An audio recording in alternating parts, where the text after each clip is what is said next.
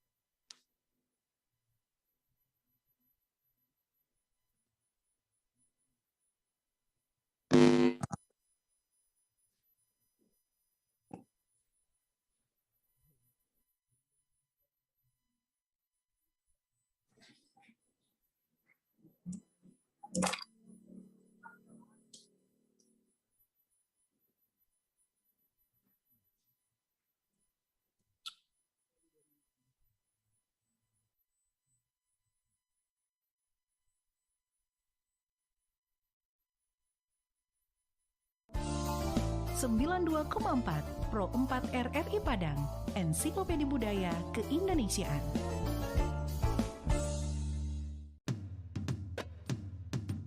Bumi Minangkabau tidak hanya terkenal akan keelokan alam dan kenikmatan kulinernya, namun juga adat budaya yang turun-temurun terus dilestarikan. Salah satunya adalah Silek Lanyah, sebuah seni bela diri yang sudah berkembang lama di Sumatera Barat yang berasal dari Desa Wisata Kubu Gadang, Kelurahan Ekor Lubuk, Kota Padang Panjang.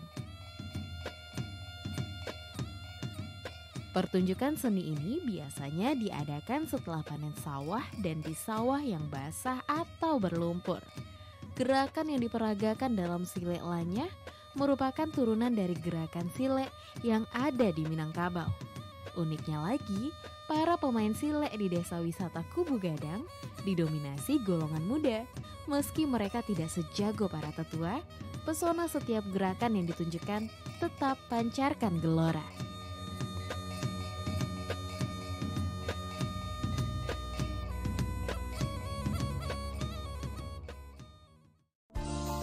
Sembilan 92,4 Pro 4 RRI Padang, Ensiklopedia Budaya Keindonesiaan.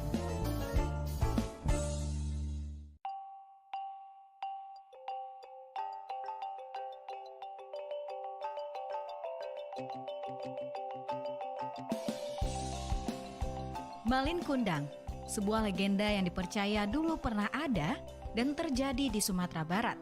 Malin Kundang erat sekali hubungannya dengan tradisi dan kebudayaan masyarakat di Minangkabau. Malin Kundang dan kisahnya adalah cerita yang tepat untuk memahami tentang perjuangan hidup, juga tentang bagaimana seharusnya bersikap kepada orang tua. Kita diceritakan bahwa dulu Malin Kundang, begitu dia dipanggil, seorang pemuda Minang yang tinggal dan hidup bersama ibunya. Malin sebagai laki-laki Minang pada lazimnya di masa itu, berniat untuk mendapatkan kehidupan yang lebih baik untuk dirinya dan ibunya. Malin meminta izin untuk merantau, yang sampai saat ini masih dilakukan banyak pemuda di Minangkabau. Izin merantau diperoleh, perjuangan Malin baru saja dimulai. Perjuangan yang kita tahu tidak pernah mudah. Dengan segala usaha, Malin tidak pernah menyerah. Hingga suatu saat, usahanya berbuah. Dia berhasil dengan apa yang selama ini diusahakannya. Kehidupannya pun berubah. Malin juga menjadi orang yang sangat berbeda. Dia lupa dengan niat awalnya, membuat hidupnya dan ibunya lebih baik dari sebelumnya. Tetapi Malin hari ini adalah Malin yang sudah lupa dengan ibunya. Bahkan sampai ia bertemu dengan ibunya, Malin tetap tidak mau mengakui bahwa wanita itu adalah ibunya. Hingga kita tahu ujungnya, seorang ibu yang sudah sakit hati dan seorang anak yang sudah keras hatinya menjadi pelajaran bagi kita semua. Malin Kundang dikutuk menjadi batu, dihancurkan oleh apa yang selama ini diperjuangkan. Begitulah Malin Kundang. Jejaknya masih bisa ditemui hari ini. Jika berkunjung ke pantai air manis di Kota Padang, kita akan menemui batu berbentuk manusia yang dipercaya sebagai Malin yang dikutuk. Entah benar atau tidak keberadaannya, beberapa hal dari cerita Malin Kundang bisa kita ambil sebagai pelajaran.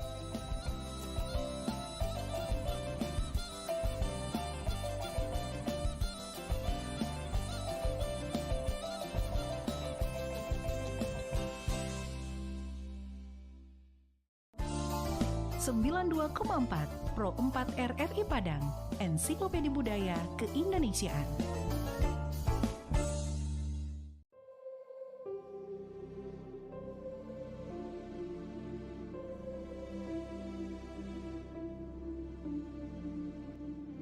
Pariangan merupakan nagari di Kecamatan Pariangan, Kabupaten Tanah Datar, Provinsi Sumatera Barat.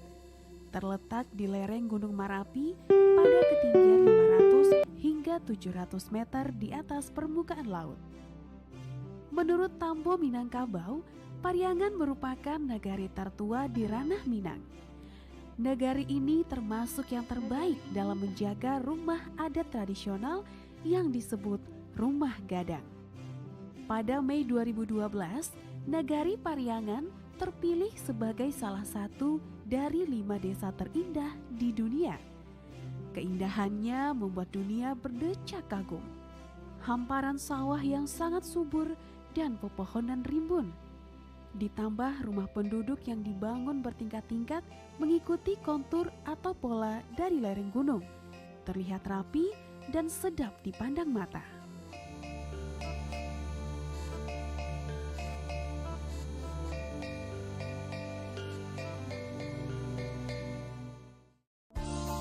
Sembilan 92,4 Pro 4 RRI Padang, Ensiklopedia Budaya Keindonesiaan. 92,4 Pro 4 RRI Padang, Ensiklopedia Budaya Keindonesiaan.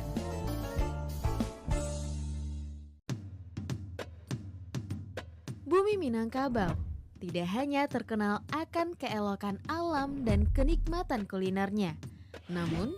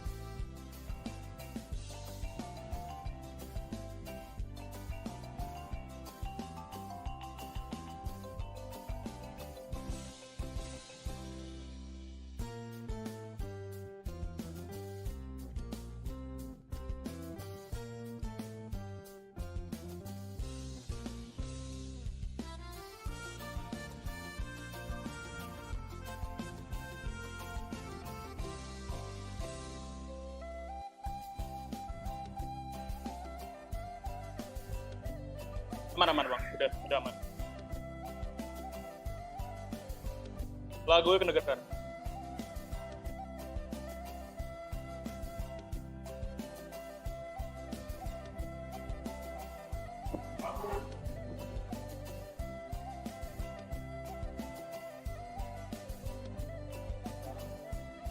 Mungkin lagunya agak dikecilin lagi nih.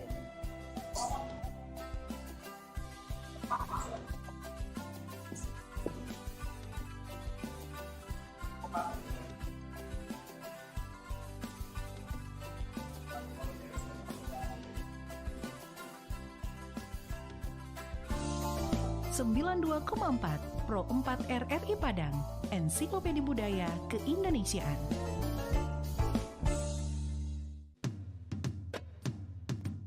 Bumi Minangkabau tidak hanya terkenal akan keelokan alam dan kenikmatan kuliner.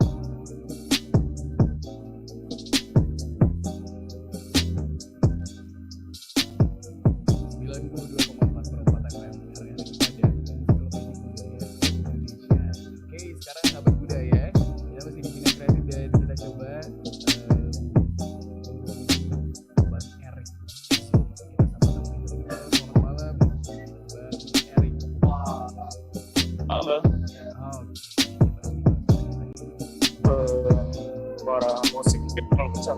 Sekarang gimana? Udah. Oke, udah. Oke, siap. Bang Erik, ini lagi di mana nih, Bang Erik? Aku manggilnya Bang Erik apa? Lagi duduk. Aku manggil nama apa manggil pakai Bang Erik nih? Bebas sih bang mau manggil apa. Iya. Erik juga boleh sih. Erik aja ya. Iya, betul. Tadi lagi di mana? Lagi duduk katanya. Sama nih. Aku juga lagi duduk di coffee shop di Painan. Oh, lagi duduk di coffee shop. Nah, gitu kan. Anak coffee shop ya kayaknya ya.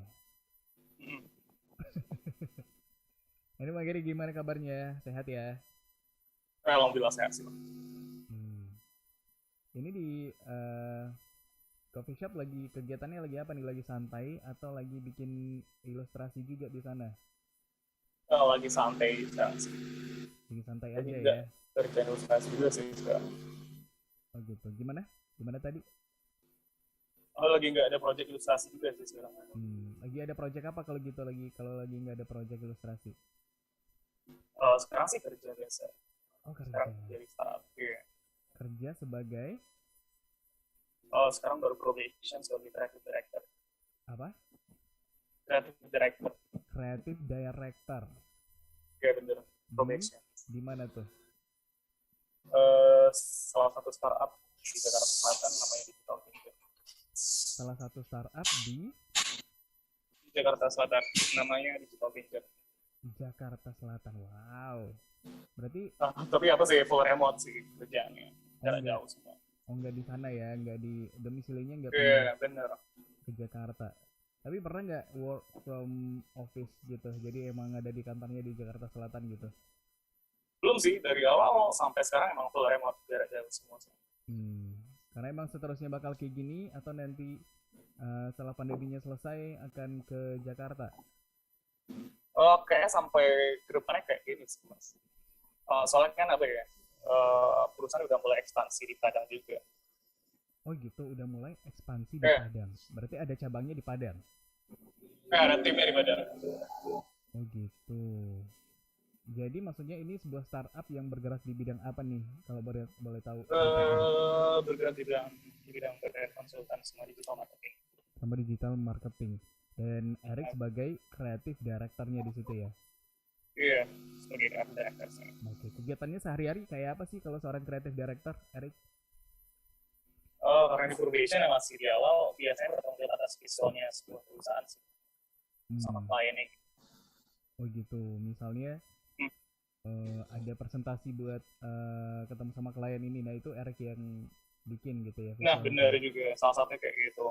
Kayak membuat semacam kayak template-nya konten dalam sebuah perusahaan.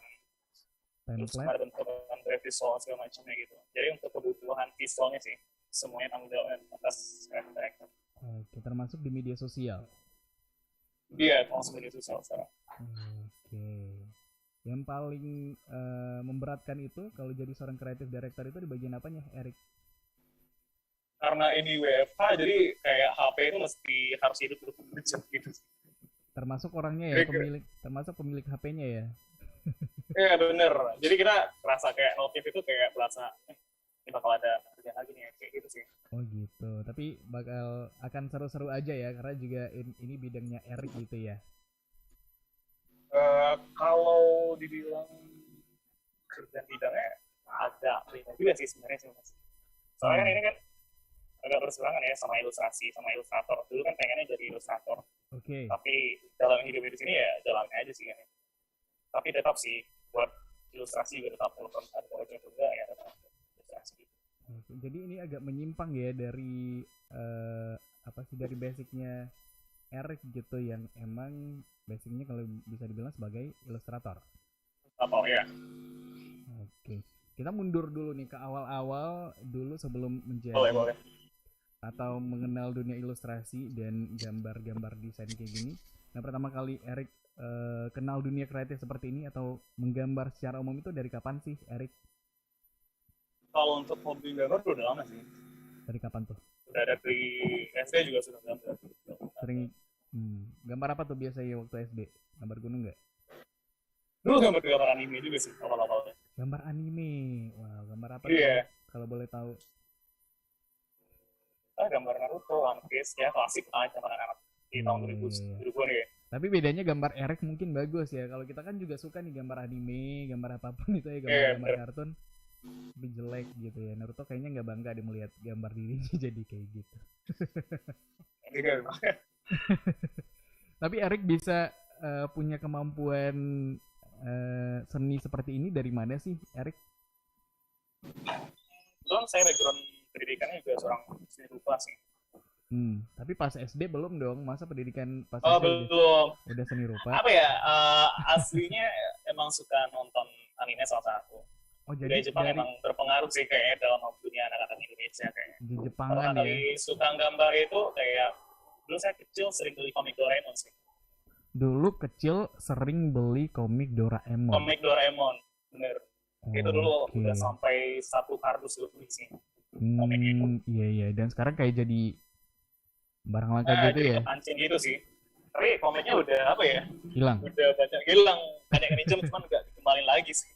Iya sih, aku tuh dulu ingat aku juga pernah punya komik gitu yang, tapi lupa nama komiknya apa, dan itu di Jepangan juga, dia olahraga gitu, genrenya pemain baseball gitu, lupa dia namanya, tapi nggak bisa. Baseball.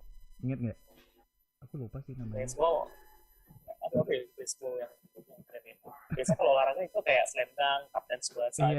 Iya betul. Tapi dulu tuh ada satu komik genrenya olahraga tapi olahraganya baseball, termasuk yang jarang gitu kan. Kalau sekarang yang paling olahraga yang volley gitu kan ya, yang apa tuh Haikyuu gitu ya. Haikyuu. Terus ada yang baru-baru ini apa tuh Kuroko no Basuke gitu-gitu ya. Kuroko no Basket. Ya, yang basket.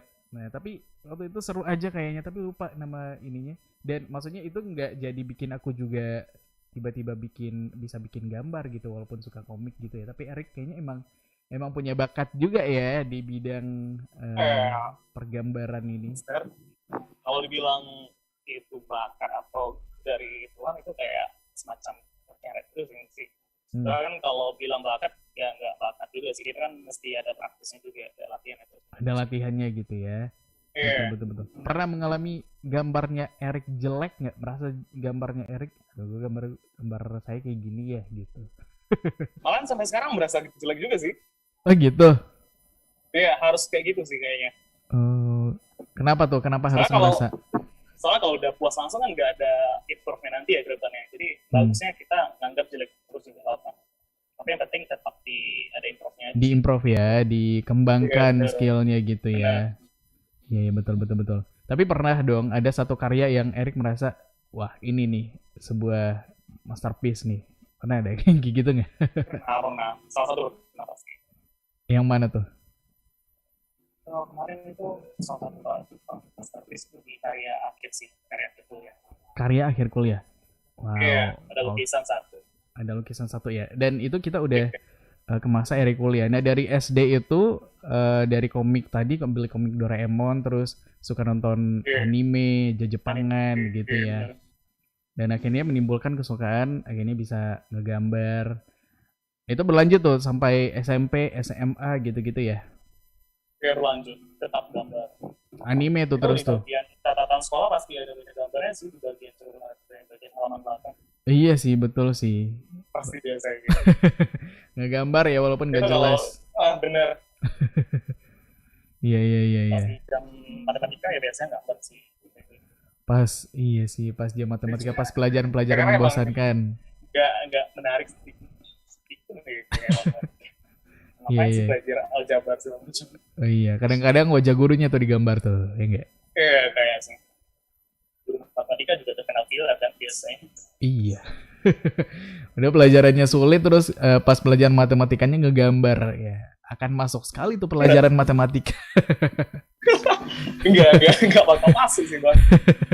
Gak bakal ya. Tapi Iya, ya nggak bakal. akhirnya dari walaupun gak mendalami matematika, tapi dari menggambar akhirnya ketemu nih jalannya Erik dan ada hubungannya juga dengan profesinya yang sekarang. Dan karena suka menggambar akhirnya melanjutkan pendidikannya ke jurusan apa ya di kuliah ya waktu itu Erik? Kayak seni rupa. Seni rupa. Ini di mana dulu Bener. kampusnya? Di UMP. Oh di UNP. Iya. Iya. Anak di kafe gitu nggak? Atau juga di UNY dulu sempat. Tapi akhirnya pindah ke UNP. Itu semacam kayak exchange gitu sih. Oh gitu. Wow. Iya benar. Itu nggak Jadi semua di UNY nggak semua mahasiswa dapat kesempatan kayak gitu dong. sih kayaknya.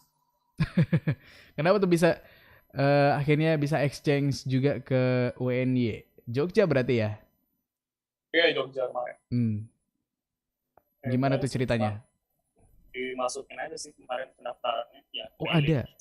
Ada pendaftaran Ada, kayak Pak. gitu ya? Ada dulu. Jadi sebanyak 43 orang kalau nggak salah. Oh 43 Tapi nggak, orang. Ada namanya programnya kalau nggak salah namanya Permata sih. Oh Permata, apa tuh? Pertukaran mahasiswa. Iya, mahasiswa tanah air. Jadi ada 12 kampus LPTK gitu Hmm. dari di Aceh sampai ke Makassar. Hmm. Terus digabungin di tempat gitu. Oke, akhirnya exchange ke UNY ke Fakultas Seni Rupanya. Iya, satu. Ada perbedaan nggak yang dirasakan sama FBS di UNP? Oh, perbedaannya secara mahasiswa sama aja sih. Sama aja ya. Cuma kalau aku pikir lebih ke tools sama masyarakatnya aja sih. Kalau secara Jogja kan kayak udah terima seni itu bagian sebuah kerjaan ya. Iya. Jadi kayak ternyata ada effortnya gitu sama yang katanya pelaku seni. Betul. Kalau di Sumatera Barat kan nggak bisa bilang itu udah jadi semacam kayak sebuah profesi kerja yang ideal ya bagi masyarakat. Lebih banyak dianggap sebagai sebuah hobi. Nah bener. Mungkin sekarang udah lumayan, udah banyak kan, udah mulai terbuka sih orang sekarang. Mulai terbuka ya. Gitu. Sama pekerjaan-pekerjaan visual seperti itu, apalagi sekarang dunia digital lagi aktif-aktifnya banget ya, Erik ya. Bener. Salah satu pekerjaan yang diuntungkan dari COVID kemarin salah satunya kayak digital marketing kayak gitu. Iya betul. Pekerjaan banyak ditutup, nah mereka yang tetap ngejual secara pasar digital tetap jalan gitu. Nah kalau dari Erik nih, cara berkaryanya sendiri itu seperti apa sih Erik? Karena udah bisa, ilmunya udah dapat nih ngegambar. Tapi kan kalau kita cuman berkarya untuk diri sendiri kan ya jatuhnya akan hobi ya. Yang namanya bekerja sebagai sebuah profesi, tentu nanti gimana caranya karya kita bisa diterima sama orang dan dihargai dan diapresiasi juga gitu ya. Kalau dari Erik sendiri, gimana tuh caranya? Kalau dari lebih diri kita dulu sih, karya kita. Soal apresiasi diri, jadi kayak ya kalau nggak kita dulu yang apresiasi ya mungkin orang lain dulu yang apresiasi kita. Oke. Terus gitu sambil koneksi sama teman-teman yang lain ya. Kayak semacam belanja kantor bareng segala macam yang ada hubungan sama visual tukar ide gitu. Berarti gabung komunitas. Iya beberapa suka gabung juga dulu. Oke, nah dari situ nanti akan ada link-link yang bisa di ini ya. Bener. Dijangkau. Kalau kita gabung kan kita juga bisa kayak nilai diri kita dulu ya, value kita dulu. Kita udah seberapa jauh sih dibanding yang lain. Gitu. Iya jadi betul. Kita kadang nggak terasa kayak udah paling hebat gitu sih. Jadi ketika ketemu orang lain kita bahasa jadi kayak banyak sih yang lebih dari kita gitu. Oke. Untuk belajar buat maju gitu. Betul. Jadi apa ya? Motivasi juga kali gitu ya. Nah benar. Iya betul. Selain juga tentunya fungsi sharing dan berbagi, karena dari komunitas tentu kita punya hobi yang sama, punya kadang-kadang aplikasinya yang dipakai juga sama gitu ya, dan dari situ bisa mungkin belajar lagi gitu ya. Iya. Kalau dari Erik sendiri berarti emang kalau menggambar secara visualnya ini apa kemampuannya didapetin selama kuliah berarti ya? Kalau untuk mendapatkan enggak, kan tadi mulai dari SD, SMA, atau sistem gambar. Cuman setelah di kuliah itu udah lebih banyak semacam kayak pakai tahu aja sih kayak gimana, terus koneksi sama yang lain gimana, project, buat project gitu. Kalau di zaman kayak SD, SMP kan nggak ada istilah project dulu ya gitu. Iya, cuman nggambar. Belum ngasilin sih gambarnya gitu. Iya betul. Dan itu pun gambarnya masih manual, dan kalau udah di semakin kesini kayaknya makin kenal tuh sama yang namanya gambar digital segala macam gitu ya, Erik ya. Oke, bener. Sulit nggak akhirnya untuk pindah dari gambar manual terus akhirnya harus ngegambar secara digital, atau justru lebih mudah kalau Erik? Gini ya, kalau gambar digital sama manual itu ada value masing-masing kalau menurut kalau gambar manual itu kayak semacam gambar itu hanya satu gitu, nggak bisa diduplikat, nggak bisa diperbanyak, jadi value-nya itu berasal angka premium gitu. Premium ya betul. Iya benar. Kalau digital ya bagus juga dalam artian ya untuk kebutuhan yang lainnya kan. Cuma kalau untuk istilah lebih dalam bentuk premiumnya nggak terlalu premium sih menurut aku, karena kayak bisa diduplikat, bisa diganti, diperbanyak, atau bisa jadi juga orang kayak ngambil punya kita soal gitu. Kayak apa? Kayak misalnya NFT sekarang gitu ya, kan bisa juga tuh. Iya bener. Banyak kan NFT kemarin banyak yang ngambil karya orang kan, coba gitu terus di-uploadnya di akunnya sendiri. Betul. Kan merugiin para pelaku seni ya kalau dari. Iya. Tapi katanya ada semacam barcode-nya gitu ya, jadi keasliannya bisa diketahui. Bener, nama blockchain. Apa namanya? Blockchain. Iya, blockchain. Oke. Berarti Erik udah merambah. Juga lagi belajar ke arah sana juga sekarang. Oke. Belajar gimana flow-nya. Iya. Karena nggak mau kayak FOMO gitu sih. Kemarin kan sempat FOMO gitu. Iya. Lihat si Gozali tiba-tiba dari miliarder gitu, orang-orang Indonesia juga lantas pengen kaya kan. Iya betul. Karena mungkin nggak bisa terima mungkin dengan ngupload foto selfie selama beberapa tahun terakhir bisa dapat duit dari banyak dari situ, dan akhirnya. Tapi Gozali emang seorang 3D artist juga sih. Oh gitu. Bukan hanya selfie-nya itu ya, aku tahu dia bukan. Dia punya karya loh, karya 3D Blender gitu, 3D artist gitu. Iya. Cuma mungkin emang nasibnya dia aja sih, konsisten dari tahun 2017 sampai sekarang. Selfie berapa tahun ya? 5 tahun ya. Salut sih. Salut ya. Betul. Tiap hari lagi gitu. Tiap hari nggak sih dia? Ya tiap hari sih. Jadi nggak usah ini ya, nggak usah merasa sia-sia apapun yang kamu lakukan hari ini, bisa aja beberapa tahun ke depan kalau dilakukan secara konsisten ya nggak menutup kemungkinan akan berhasil juga gitu ya. Misalnya ngapain moto langit tiap hari bisa juga kan, siapa tahu. Iseng aja gitu. Konsisten ya kayaknya sih. Konsisten aja dulu. Salut sih sama si Gozali, kayak mana sih orang bisa kayak foto gitu konsisten terus di-upload. Iya. Karena kalau laki-laki berasa aneh kan, Mon? Iya betul kayak sih. Terus tiap hari di-upload selfie. Tiap hari. Tapi asli. Itu ya out of the box sih. Kadang-kadang disuruh pub aja, kita udah malas kan. Apalagi disuruh. Bener. Apalagi disuruh upload di media sosial, ya makin malas lagi. Tapi Erik melihat ini sebagai sebuah peluang juga ya. Maksudnya karya-karya digital semacam NFT kayak gini, jadi dipelajarin juga. Siapa tahu nanti emang jalannya arahnya ke sana juga gitu ya, Erik ya. Iya bener. Tapi kan kita emang future sih kayaknya NFT. Kan dari programnya Metaverse juga kan sekarang. Iya sih. Makin ke arah digital ya, takutnya nanti ke semua kehidupan. Dunia virtual sih, kedepannya virtual sih. Dunia virtual gitu ya. Iya betul. Kita takutnya nanti nih lebih banyak interaksinya di dunia virtual daripada di dunia nyata kan. Nggak tahu, ada banyak aspek tuh yang harus dipikirin ya soal dunia metaverse kayak gini ya nggak sih, Erik? Tapi soal seni ini, Erik juga baru-baru ini sahabat budaya, salah satu karyanya ini dijadiin, atau ini kolaborasi bentuknya sama Bang Boy Chandra waktu itu, dijadiin cover bukunya kayaknya.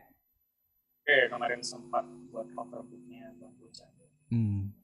Bulan cerita konsepnya. Gimana? Ya, jadi cover di kumpulan cerpen yang kemarin. Kumpulan cerpennya. Nah itu gimana ceritanya, Erik? Bang Boy emang kenal, maksudnya satu alma mater juga kali ya, satu kampus di UNP. Apa dari situ kenalnya atau dari mana? Gak juga sih, dulu sebelumnya dari teman-teman Bang Boy udah ngasih tahu gitu. Kayak Erik kan bakal di follow up sama siapa. Bakal dikatakan gitu. Macam projectnya. Itu tahun lalu sih. Tahun lalu itu ya? Kan kayaknya enggak. Iya, ternyata enggak ya. Karena COVID gitu. Jadi ke cancel. Akhirnya baru tahun ini. Ya, baru tahun ini. Di cover Bang Boy. Iya, betul-betul. Aku udah sempat lihat cover bukunya. Kayak ada sosok perempuan gitu ya, terus di kepalanya ada gurita gitu ya. Iya. Nah itu konsep kayak gitu dari mana tuh bisa ketemunya Erik? Kalau untuk konsep itu yang pertama itu gurita kan. Yang gurita itu permintaan pribadi Bang Boy. Oh gitu. Jadi di ilustrasinya harus ada gurita gitu, Erik katanya. Oh, karena itu secara umum menggambarkan bukunya kali ya. Ya gitu. Terus Bang Boy bilang kalau bisa kayak ada cowok sama cewek itu ciuman gitu. Oke, aku nggak lihat deh itu. Awalnya gitu sih. Tapi tapi Bang Boy ya balik lagi kalau akhirnya ada ide yang lain, ada visual lain nggak apa juga. Dan akhirnya jadi gambar yang seperti ini. Iya, di kabarin seperti ini Bang yang kayak gini. Oke, lanjut nggak apa-apa kayak gitu kan. Ya udah. Harap finisnya kayak gitu. Wow. Itu maksudnya apa tuh, di guritanya juga ada kayaknya kapal kertas segala macam gitu-gitu ya? Iya, judulnya kan kayak erotik gitu sih Bang Boy bilangnya. Menikmati manis racun di bibirmu ya. Jadi itu kemarin aku sempat baca beberapa naskah yang dibilang sama editornya itu kayak semacam hubungan yang toksik gitu sih. Iya. Jadi menggambarkan gurita yang menghancurkan kapal gitu ya?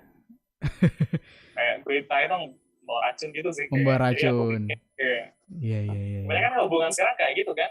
Padahal toksik gitu, tapi tetap dijalanin gitu. Gimana? Erik sekarang lagi dalam hubungan yang toksik juga? Apa gimana nih? Enggak. Langsung dibantah sahabat Boy, takut nanti tiba-tiba ada yang ngechat, jadi kamu pikir hubungan kita selama ini toksik? Enggak ya. Tapi Erik selama bikin covernya berarti juga baca naskahnya gitu ya? Maksudnya nanti biar enggak semua sih. Beberapa? Ya cuma dikasih beberapa penggalan naskah yang intinya kayak gitu. Oke. Terus balik lagi nih soal berkarya nih, Erik. Gimana sih caranya biar karya kita bisa dikenal sama banyak orang atau nanti bisa dipercaya untuk diajak kerjasama kayak misalnya sama Boy Chandra kemarin gitu. Dari mana tuh? Konsisten ngupload karya juga mungkin di media sosial atau gimana? Itu ya pertama salah satu. Jadi kayak kayak Instagram, TikTok, segala macam itu kan semacam platform yang emang bagus sih buat kita berkarya salah satu. Jadi dimanfaatin aja gitu ya? Iya, dimanfaatin. Terus kalau pernah dapat project yang sebelumnya, ya mesti kayak dieksekusi yang baik sih. Jadi kayak semacam pesan rantai gitu.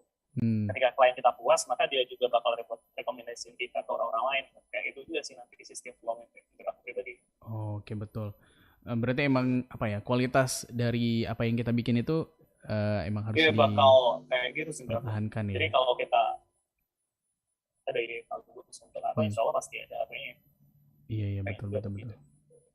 Berarti kalau maksudnya jadi seorang ilustrator itu kayaknya sekarang terpenuhi dengan dengan project-project tertentu aja ya, nggak jadi profesi hariannya Erik pun kayaknya nggak apa-apa gitu ya, karena masih bisa ada project kayak kemarin itu kan bikin ilustrasi ya jatuhnya ya.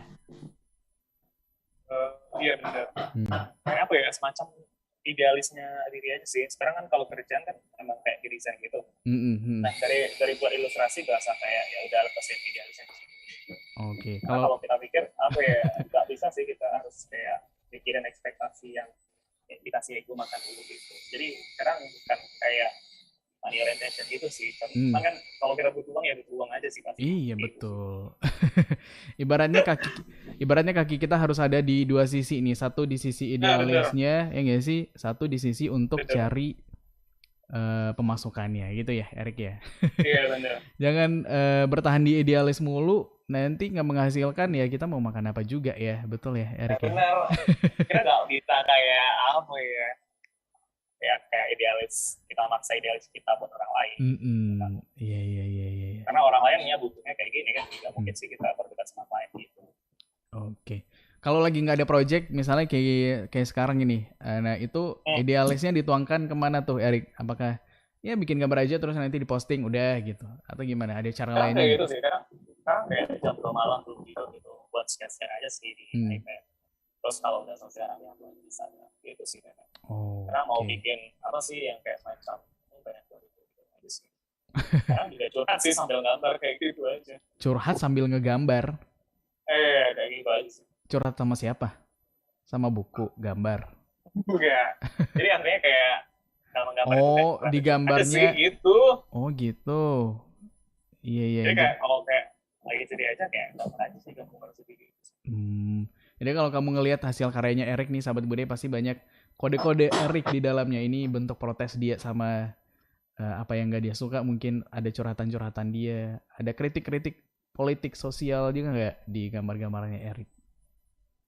Enggak ya? Ada. Oh ada? Ada dulu sempat buat gambar kritik politik segala macam. Oh gitu. Cuman kalau sekarang merasa takut aja sih. Ditahan aja dulu ya sambil melihat situasinya membaik. Karena takutnya kan bangun tidur masa udah nggak ada ya. Bangun tidur udah nggak ada. Udah nggak ada ngantuknya kan. Udah nggak ada gitu. Udah nggak ada ngantuknya maksudnya kan. Sama. Iya. Soalnya sempat ada sih kemarin kayak ilustrator gitu. Oke. Nah, Instagram di tag.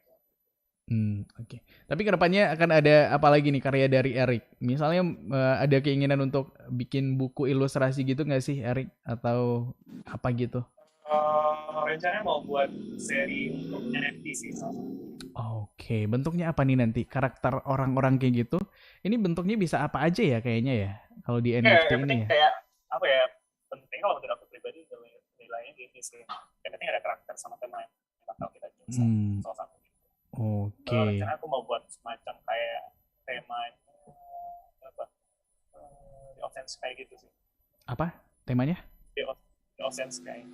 The Ocean, di laut gitu maksudnya? Iya, jadi kayak yang terbang itu kayak ikan-ikan sama kayak binatang laut terbang di langit gitu. Oke. The Ocean Sky gitu. Ada surrealnya juga kayaknya ya? Iya, surreal sama kayak fantasi gitu sih. Wow, iya, betul. Dan lagi berusaha diselesaikan. Ini nanti kalau mau bener. NFT itu apa sih jatuhnya, dibeli? Apa diapain? NFT sejauh ini dibeli sih. Dibeli iya. Oke. Berarti nanti kalau dari Erik tuh ada karya-karyanya dalam bentuk gambar yang gambar-gambar fantasi. Ya temanya kayak gitu. Tema dalam kehidupannya kayak gitu sih. Aku gambar kayak binatang terbang, kayak ikan pari terbang di langit. Wow, menarik sih. Gitu. Oke. Kapan bisa? Dalam waktu garap juga untuk beberapa upload. Jadi pas sudah selesai kira-kira sekitar 5 baru aku upload. Oke. Nguploadnya itu di mana sih kalau NFT kayak gitu, Erik? Itu ada banyak sih platformnya, banyak. Yang terkenal apa misalnya? Yang paling terkenal contohnya di OpenSea. Itu kan kemarin yang si Gozali itu. Oh, di situ ya? Oke. Itu kita bikin akun juga? Itu kita bikin akun juga ya di situ? Apa gimana? Ya, bikin akun. Nah, ketika kita upload karya, kita juga dikasih semacam kayak apa ya? Pas ngupload, kita pasti bayar itu. Kalau kita pakai platform yang namanya Ethereum-nya gitu. Tapi ada yang gratisnya nanti, yang kayak di Polygon namanya. Oke. Biasanya kalau di Polygon yang nggak bakal terlalu up ya si karya tadi. Tapi ada juga yang akhirnya ngupload aja, kita udah dapat pemasukan dari situ, udah dibayar tuh kita. Nggak bisa kayak gitu juga sih. Nggak bisa. Nggak bisa ya. Ada prosesnya yang harus dilaluin ya. Ada proses. Sekarang lagi lumayan epic sih orang Indonesia kayak buat komunitas itu, kayak artis, support artis gitu. Salah satu yang bisa dilakuin untuk NFT-nya. Kayak biar biar komunitasnya berkembang secara keseluruhan mungkin kali. Iya. Seru sih nanti Erik karya-karyanya dan sukses juga buat kerjanya, walaupun ini seru juga mungkin kali ya, kerjanya dari rumah, nggak perlu kemana-mana, tapi bisa akhirnya kerja gitu ya Erik ya. Cuma tangga bilangnya nganggur sih, itu nggak tahu. Bodo amat. Dibilang Ya bodo amat sih. ngepet kan beberapa waktu yang lalu juga ada tuh yang lagi rame kan. Dibilang punya pesugihan segala macam, kan yang ngerasain Iya. kita kan ya. Oke deh Erik, nanti ditunggu karya-karyanya, entah itu dalam bentuk karya Siap. digital, NFT, ataupun karya fisiknya nanti, buku, segala macam. Channel YouTube-nya ada Erik? Atau mau bikin channel YouTube juga? Belum sih kalau untuk channel YouTube. Tapi rencana ada sih nanti kayak bikin semacam proses gambar kayak gitu. Oke. Nah, kalau mau ngelihat hasil gambar-gambarnya Erik sekarang bisa di mana? Di akun Instagramnya bisa kali ya? Iya, Instagram sih Joy. Apa tuh nama Instagramnya? Kusang. Kuesang. Iya. Oke, menarik Iya. juga tuh nama Instagramnya. Atau ada ya, akun khususnya yang buat ilustrasi? Biasanya ada gitu kan, akun seni. Nggak ada ya? Pertama itu sih, satu yang Kusang. Terus ada satu lagi itu Giving Sunday. Giving Sunday. Iya, salah satu Oke. akun aku yang gambar Metal. Ini juga bentuk idealisnya kali ya, bentuk. Iya bener, kalau dicampur aduk kayak berasa, gimana sih, random banget sih untuk Iya. Instagram gitu. Jadi Oke. dibedain. Silakan kamu kunjungin sahabat budaya, Erik temui di media sosialnya, mau tanya-tanya soal ngegambar mungkin juga bisa di situ ya, Erik ya. Iya bener, Oh, boleh. Oke. Thank you Erik, terima kasih banyak udah ngobrol-ngobrol sama kita di malam hari ini. Dan Iya, Bang. iya, selamat melanjutkan aktivitasnya kalau gitu. Selamat malam, assalamualaikum. Waalaikumsalam. Selamat juga, Bang. Oke, sama-sama. Itu dia obrolan kita sama Erik, sahabat budaya di Minang Kreatif kali ini. Dan nantikan Minang Kreatif edisi berikutnya setiap hari Rabu jam 8 malam. Tetap bersama kita di Perempat FM RRI Padang, Ensiklopedia Budaya ke Indonesia.